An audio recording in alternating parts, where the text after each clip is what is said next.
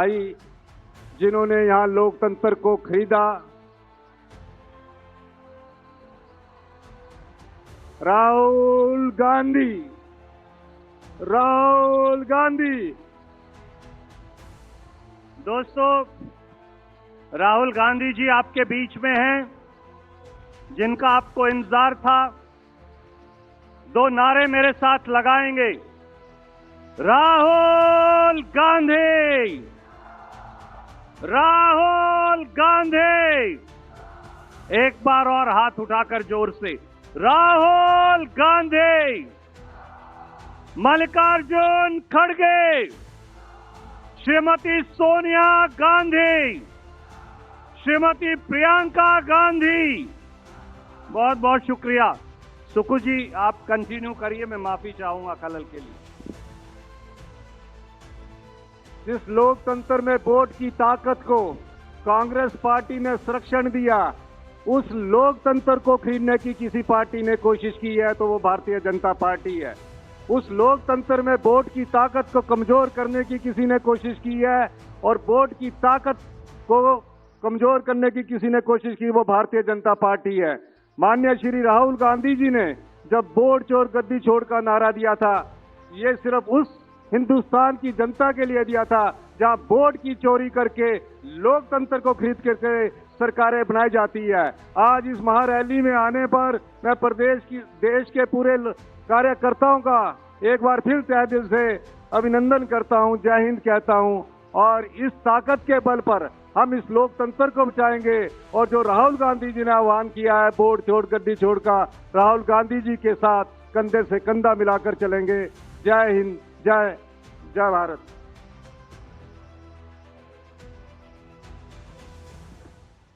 साथियों,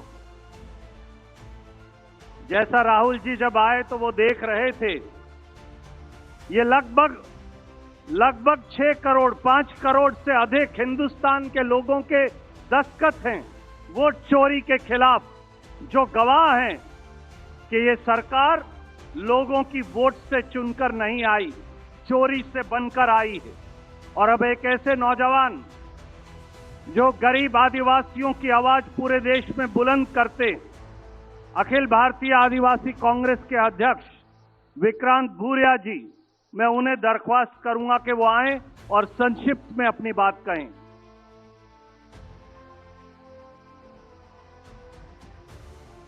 सम्मानित मंच, साथियों, ये लड़ाई बहुत बड़ी है।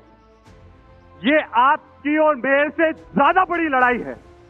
इसमें हर वर्ग को साथ में लड़ना पड़ेगा, चाहे वो दलित हो, आदिवासी हो, अल्पसंख्यक हो, पिछड़ा हो, सामान्य हो।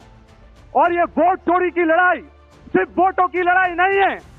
जब जब लोकतंत्र को छन्नी करा गया है, तब तक हमारी जनता के अधिकार को छीना गया है।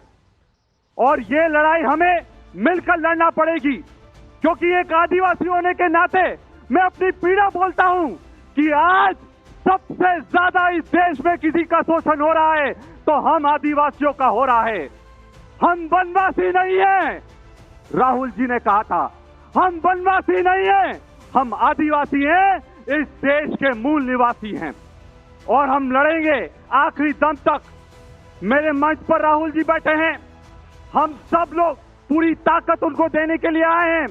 यहां पर सामने बैठे हुए लोगों को मैं जानना चाहूंगा, राहुल जी से कितने लोग प्यार करते हैं, जरा हाथ उठाकर बताओ। राहुल जी की ताकत बढ़ाने के लिए हमें दोनों मुट्ठी के साथ आखिरी दम तक लड़ने के लिए तैयार होना पड़ेगा। और एक नारे के साथ मैं समाप्त करता हूं, संविधान की रक्षा कौन करेगा? आदिवासियों की रक्षा कौन करेगा? अरे इस देश की रक्षा कौन करेगा? बहुत बहुत धन्यवाद। जय हिंद, जय जोहार।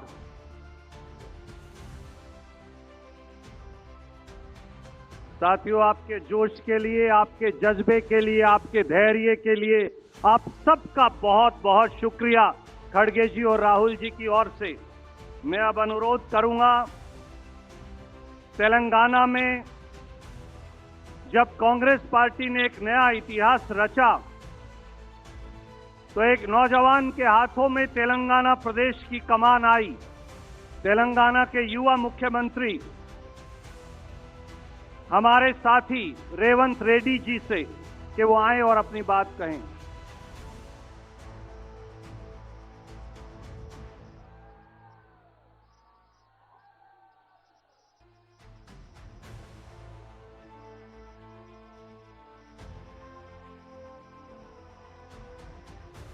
जय कांग्रेस।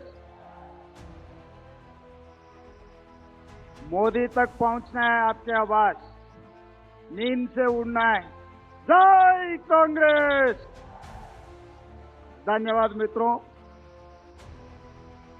अपने नेता श्री राहुल गांधी जी, श्रीमती प्रियंका जी, केसी वेणुगोपाल जी, मंच पे बैठे हुए कांग्रेस के बड़े बड़े नेता, देश कोने कोने से आए हुए कांग्रेस परिवार को मैं धन्यवाद कहना चाहता हूं, क्योंकि महात्मा गांधी जी, डॉक्टर बाबा साहेब आम्बेडकर जब संविधान बनाए तब बहुत कुछ चर्चा हुए कॉन्स्टिट्यूएंट असेंबली में। दलित, आदिवासी, माइनॉरिटी और गरीब लोगों को वोट देने के लिए तब आरएसएस, गोलवालकर उनके परिवार ने ये दलित, आदिवासी, माइनॉरिटी और गरीब लोगों को वोट देने के लिए मना किया। मगर महात्मा गांधी जी, डॉक्टर बाबा साहेब आम्बेडकर गरीब लोगों को वोट देकर इस देश में जो भी सरकार बनेगी, गरीब लोग वोट देने के लिए, सरकार बनाने के लिए एक मौका दिए। मगर आरएसएस गोलवालकर के सोच और विचारधारा लेके इस देश में जो सरकार बनाया नरेंद्र मोदी जी और अमित शाह, वो कानून, वो सोच, वो विचारधारा इस देश में लागू करने के लिए पिछले चुनाव में ये मांगा था 400 सीट। तभी राहुल जी ने ये कहा, अगर भारतीय जनता पार्टी को इस बार 400 सीट मिलने वाले हैं, अगर मिलेगा तो संविधान बदलने वाले हैं, आरक्षण हटाने के लिए कोशिश करने वाले हैं। इसीलिए इस देश के जनता भारतीय जनता पार्टी को 240 में रोक दिए। इसीलिए आज संविधान बच गए, आज आरक्षण बच गया।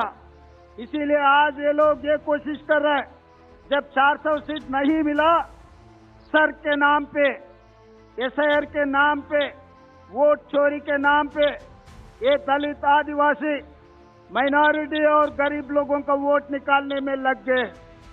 इसीलिए उस दिन महात्मा गांधी जी, डॉक्टर बाबा साहेब आम्बेडकर इन लोगों के लिए जो खड़ा हुआ, आज के तारीख में राहुल गांधी जी, मल्लिकार्जुन खड़गे जी यही जाति के लिए, यही लोगों के लिए खड़ा होकर मोदी जी और अमित शाह के खिलाफ लड़ रहा है।